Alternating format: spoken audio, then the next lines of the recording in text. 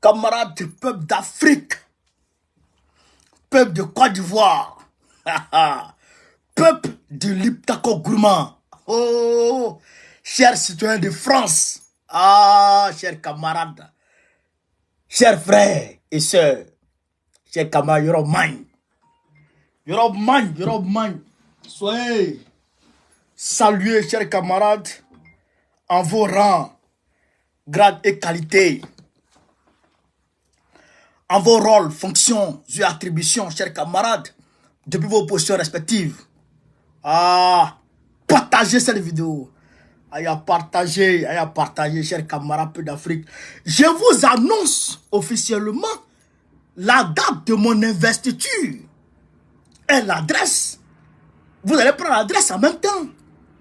44 rue Charles Hermite, Paris 18e. Voilà, 44 rue Charles Hermite, Paris 18e. Le 13 janvier 2023, c'est le jour de mon investiture. C'est le jour de Gbagbo Koné. C'est le jour. C'est-à-dire que de Gbagbo Koné, le politicien. Gbagbo Koné, le combattant.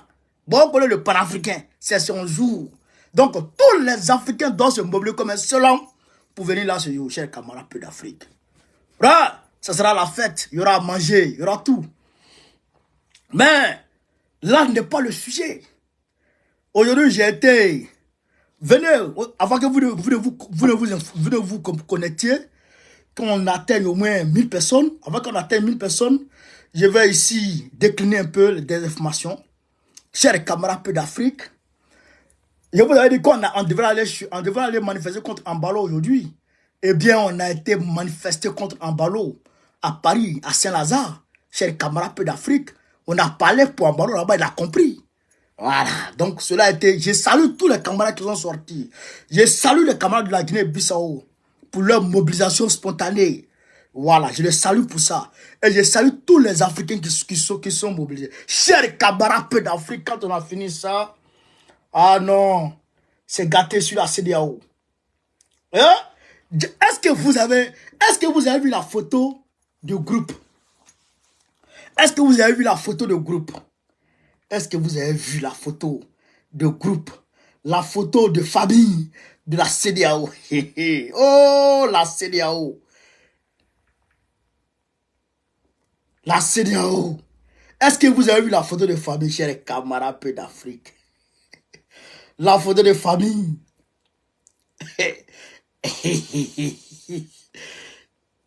Mais, voilà. Le président du Niger... Voilà, Dramane Ouattara n'est pas là. Patrice Talon n'est pas là. Voilà. Dramane Ouattara n'est pas là. Patrice Talon n'est pas là. Voilà. Vous avez vu, non?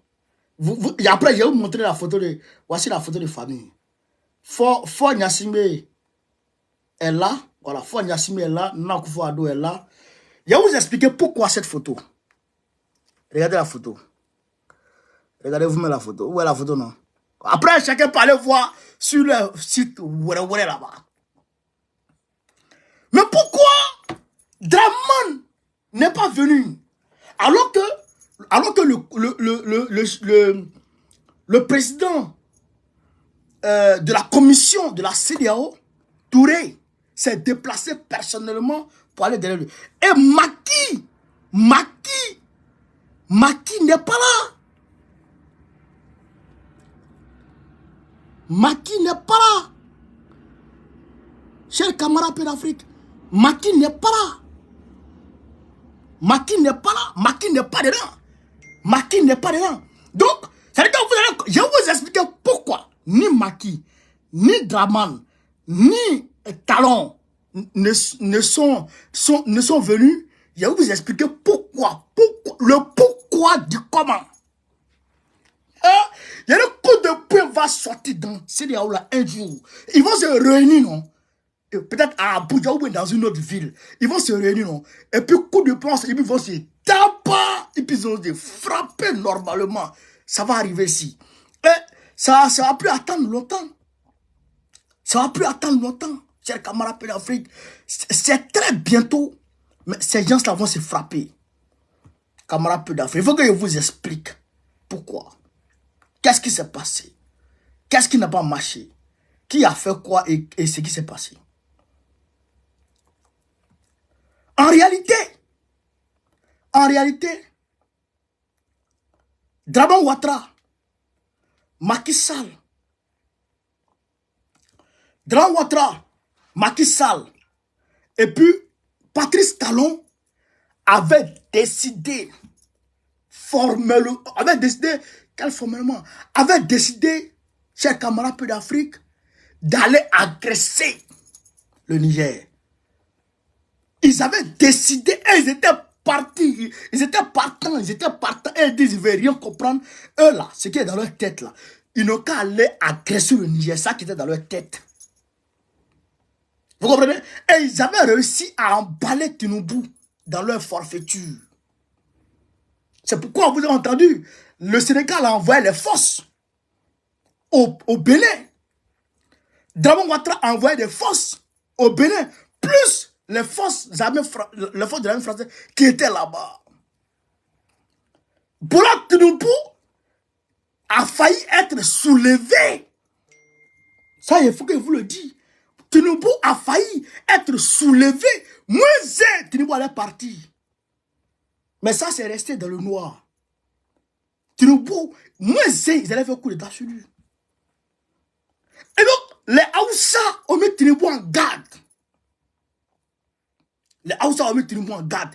Si tu t'amuses à agresser le Niger, tu seras la première personne à partir dans l'au-delà.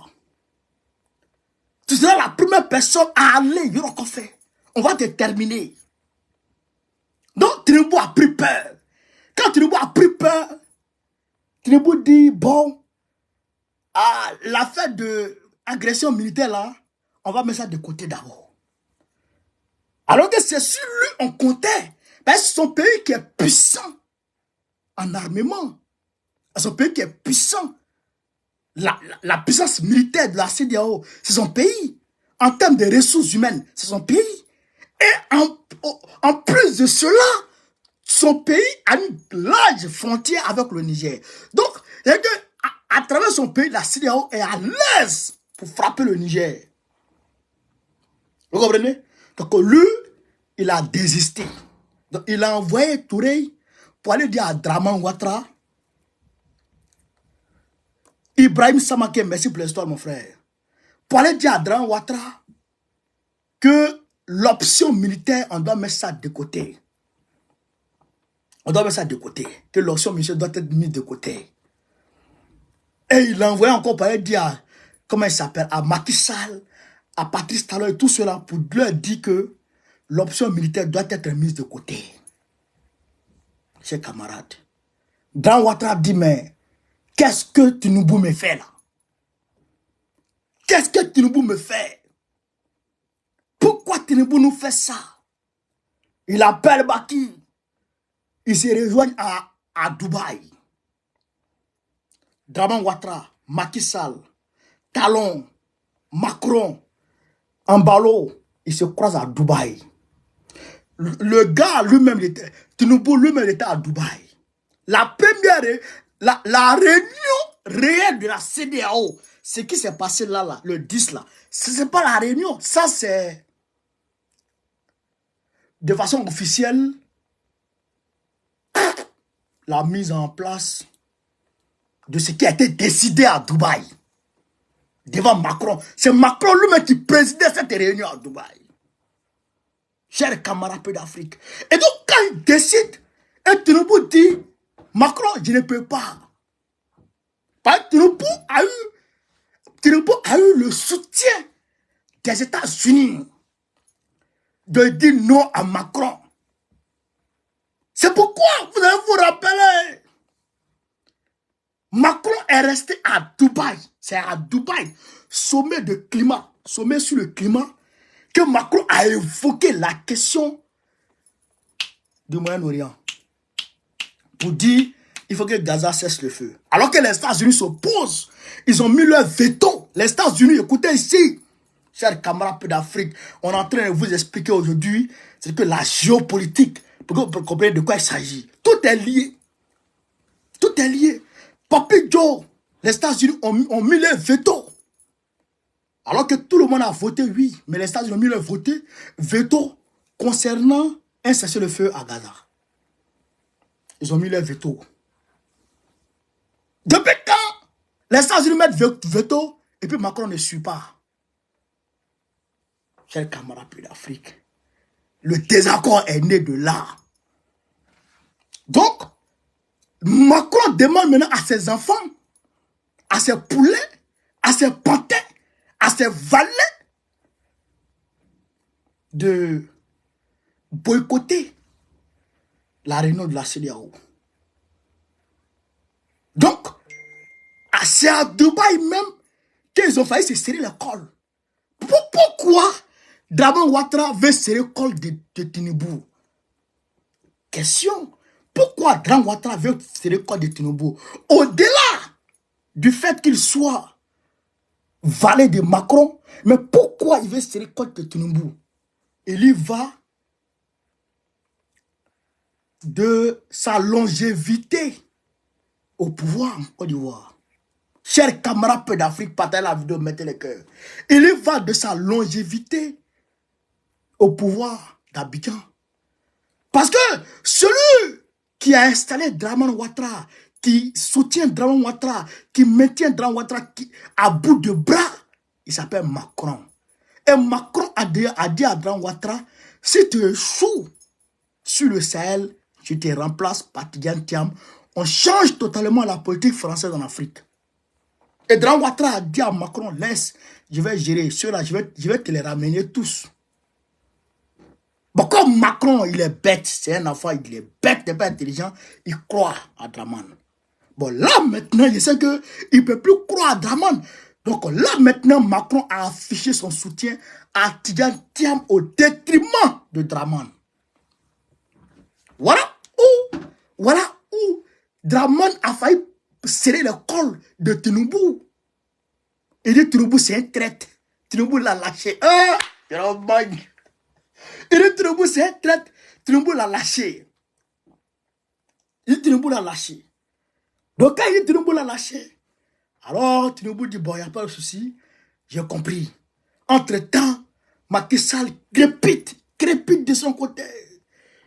Patrice Talon crépite. Lui, il est fâché. Pourquoi lui, il est fâché? Chez les camarades d'Afrique. Pourquoi lui, il est fâché? Parce que lui, il a financé sur fonds propres le léoduc qui doit rallier le Niger au port de Cotonou. Les pipelines de pétrole qui doivent rallier le Niger au port de Cotonou. Et lui, il avait un pourcentage dessus. Un pourcentage personnel, pas le Bénin, mais lui-même personnellement, il avait un pourcentage de chez camarades d'Afrique. Et donc, voilà comment Patrice Talon est fâché contre Macron et contre Tinubu.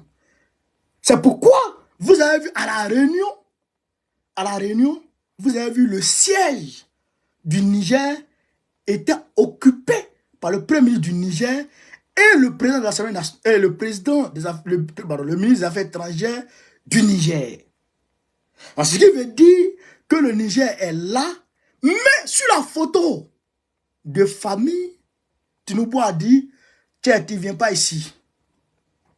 Sur la photo de famille, le Niger n'existe pas. Le premier ministre du Niger qui était assis là, bon, il n'est pas sur la photo de famille. Chers camarades d'Afrique. Mais ils vont se frapper. Ils vont se frapper un jour. Et je le dis très sérieusement. Tant que vous ne travaillez pas pour l'Afrique, vous allez toujours avoir ce genre de confusion dans votre travail. Dans vos salons là-bas, là, vous allez avoir toujours ce genre de confusion. Vous allez vous frapper. Chers camarades d'Afrique. Voilà la réalité. Voilà la réalité. Et Patrice Talon, avant d'aller, il est fini sur sa parole sur Macron, pour aller frapper Macron. Patrice Talon est dans la médiation pour aller demander au président Tchani de libérer Bazoum. Alors que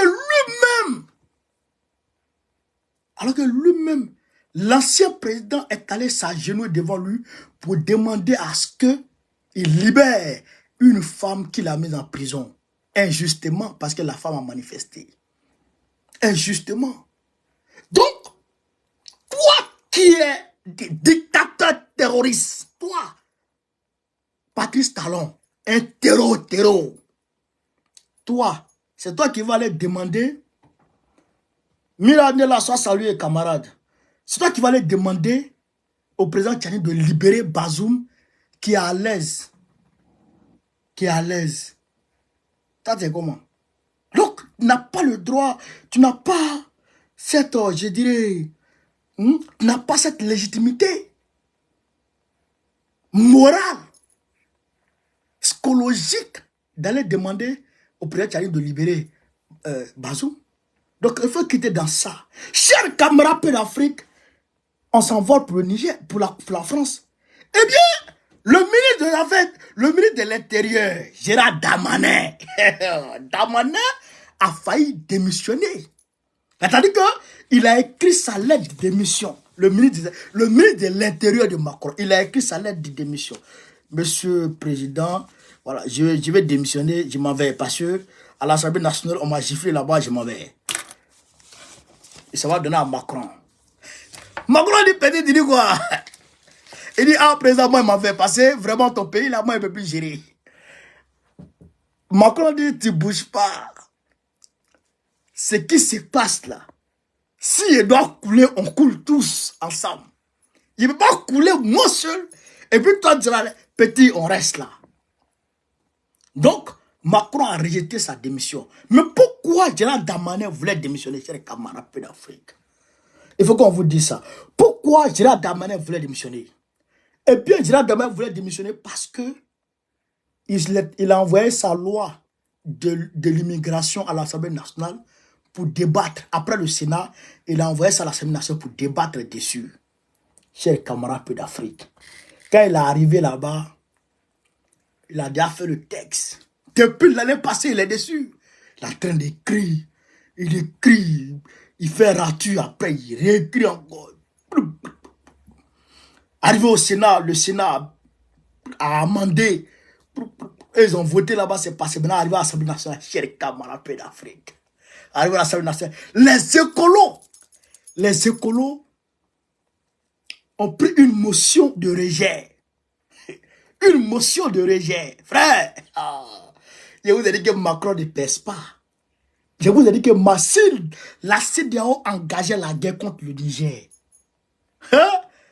Macron n'allait pas pouvoir rentrer en guerre contre le Niger. Officiellement, jamais. Jamais. Les Draman là. On n'allait pas dit chez Draman pour le gifler. N'allez pas croire. Donc, arrivé à l'Assemblée, quand les écolos ont pris une motion de rejet, tous les autres partis se sont mis ensemble. Coalition directe. Mélenchon et puis Marine Le Pen ont fait coalition à l'Assemblée nationale. Et ils ont voté contre. Et ils ont voté pour la motion de rejet. C'est-à-dire qu'on ne parle même, on va même pas débattre ton projet de loi là. On ne débat même pas. On ne parle même pas de ça ici. C'est-à-dire qu'il ne faut pas venir nous saouler à ton goura ici. Tout le monde a soutenu la motion qui est. Gérard Damanin est assis comme ça et puis les ballons. Puis les ballons. Donc, c'est-à-dire qu'aujourd'hui, chers camarades d'Afrique, il faut que je vous explique le fond réel de cette loi d'immigration. C'est-à-dire que ce que Macron et son Gérard Damanin recherchent dans cette loi d'immigration, c'est quoi? Chers camarades d'Afrique, c'est une question économique, purement économique. Pourquoi? La France est endettée à 112,5% de son PIB. C'est-à-dire que si la France produit 100 000 euros, elle doit 12 euros dehors. Elle doit 12 euros à ses créanciers. Vous comprenez? Donc, ce qui veut dire que la France a oublié soit de produire beaucoup pour pouvoir rattraper la dette, ou la France a oublié de s'endetter. alors qu'elle vient de s'endetter encore pour 2024 à plus de 285 milliards d'euros. L'année passée, je pense que c'était 174 milliards, ou bien combien, 274, ou bien disons combien là. En tout cas, l'année passée, c'était moins que cette année. Donc, c'est que la France évolue de crédit en crédit. Okay? Elle prend crédit pour payer crédit. Elle prend crédit pour payer crédit. Bon, comment tu t'en sors? Alors que pour être souverain économiquement, il faut que au moins que ta dette là soit au moins peut-être à 50%, à moins de 50% chez les camarades de l'Afrique, ou à 50% de ton PIB, mais pas à 100% de ton PIB, ou à 112% de ton PIB. Non, ça c'est pas de l'économie ça. Donc qu'est-ce que Macron veut faire? Comme je vous ai dit tout de suite, c'est comme aujourd'hui, moi, bon, connaît. Je ne souhaite pas que ça m'arrive. Hein. Bon, Macron qui est là, il a 100 000, il a 100 000 euros. Et il doit au boutiquier 112 000 euros. Il doit au boutiquier 112 000 euros. Maintenant, qu'est-ce que Macron doit faire pour rembourser l'argent du boutiquier et pour que lui-même, il soit toujours stable économiquement? Il doit travailler plus. Il doit travailler plus. Il doit charbonner plus. Vous comprenez? Il doit travailler plus. Parce que si tu travailles, tu gagnes 1500 euros par mois et que tu dois 100 000 euros, mais à la fin de l'année, tu te retrouves encore avec 112 000 euros. Donc, ce qui veut dire que tu as travaillé moins. Donc, il faut que Macron produise plus. Il faut qu'il travaille plus. Alors que c'est les immigrés qui travaillent en France ici. Donc, la loi de Gérard Darmanin dit quoi? Les immigrés dans les emplois dans les travaux de tension, dans les travaux de tension, je dirais, bon, dans les emplois de tension, je dirais, c'est que, où on dit maçonnerie, ceux qui sont dans les maçonneries, ceux qui sont dans dans la sécurité, ceux qui font la plonge, ceux qui sont dans le ménage, ceux qui sont ici et là, les livreurs, etc., ils vont régulariser leur situation, même sans passer par le patron. Raski, Sydney, merci pour l'histoire, camarade. Rasti, merci pour l'histoire, camarade. Donc, ils vont régulariser leur situation. Ce qui veut dire, si on régularise leur situation, on pourra prélever à la source 30% de leur salaire. Est-ce que vous comprenez là? Est-ce que vous comprenez? Si peut-être Macron arrive à régulariser, parce que les gens travaillent au noir. Ils travaillent au noir. On ne peut pas prélever, l'État ne peut pas prélever sur eux d'impôts. Donc il faut les régulariser afin que l'État puisse avoir un contrôle direct sur eux et que l'État puisse prélever sur eux à la source. Vous comprenez? Donc si on a 100 000 personnes qu'on a régularisées et qu'on arrive à prélever au moins, on va dire, peut-être 200 euros sur chaque personne par mois. Ça fait combien? Sur 100 000 personnes. Ça fait combien? C'est des millions. Des millions d'euros. Donc, c'est ces millions d'euros là qui vont dans l'évasion fiscale que Macron cherche à récupérer pour stabiliser sa situation économique. Voilà ce que la loi d'immigration de Macron vise. Chez les camarades d'Afrique. Maintenant, pour enchérir, il dit non, ceux qui ne seront pas régularisés, je vais tous les chasser, je vais exécuter, comment on appelle ça? Comment il a appelé ça même? Le rapatriement, ou bien, comment on appelle ça même? Et voilà, l'OQTF, l'obligation de quitter le territoire. Je vais exécuter les décisions de l'OQTF. Je vais supprimer l'aide médicale pour durcir. Pour donner l'impression que ce n'est pas l'argent qu'ils cherchent. Bon, les gens disent, bon, Joe, tu n'es pas clair dans ton affaire là. Nous, on ne veut pas. Ils ont rejeté ça. C'est ça qui est là. C'est ça qui est là. Donc, aujourd'hui, ça ne va pas. Et donc, si la France continue comme ça, elle va chuter bon. Elle va chuter bon comme la Grèce. Parce qu'elle ne produit plus. Elle ne produit plus. Et Macron a pris l'argent en 2020 là. Il a pris l'argent et il l'a distribué aux gens. Il a distribué aux gens. Tiens, les jeunes là, 300 à 400 euros pour aller regarder le film. Il a distribué partout. Les banquiers là, distribué. Il a renoncé aux impôts en 2020 là. Pris crédit près de 600 milliards d'euros qu'il a pris comme crédit. Donc, voilà, maintenant, Yoroman, il se cherche. Son ministre de l'Intérieur avait démissionné. Il dit non, on ne démissionne pas, mon frère. On est ensemble. On est ensemble. Donc, pour dire aux camarades peu d'Afrique, vous qui êtes en France, cherchez une porte de sortie. Pendant qu'il y a le confort, il faut penser à demain. Il faut penser à demain. Il faut chercher à placer l'argent pour demain. Sinon, ça va chauffer. Chers camarades peu d'Afrique, voilà ce que je voulais vous dire ce soir. Le président Tchani a frappé fort. Je vais venir avec cette vidéo tout à l'heure pour la partager avec vous, afin qu'ensemble, on puisse suivre ça. Chers camarades peu d'Afrique, je vous remercie de m'avoir suivi.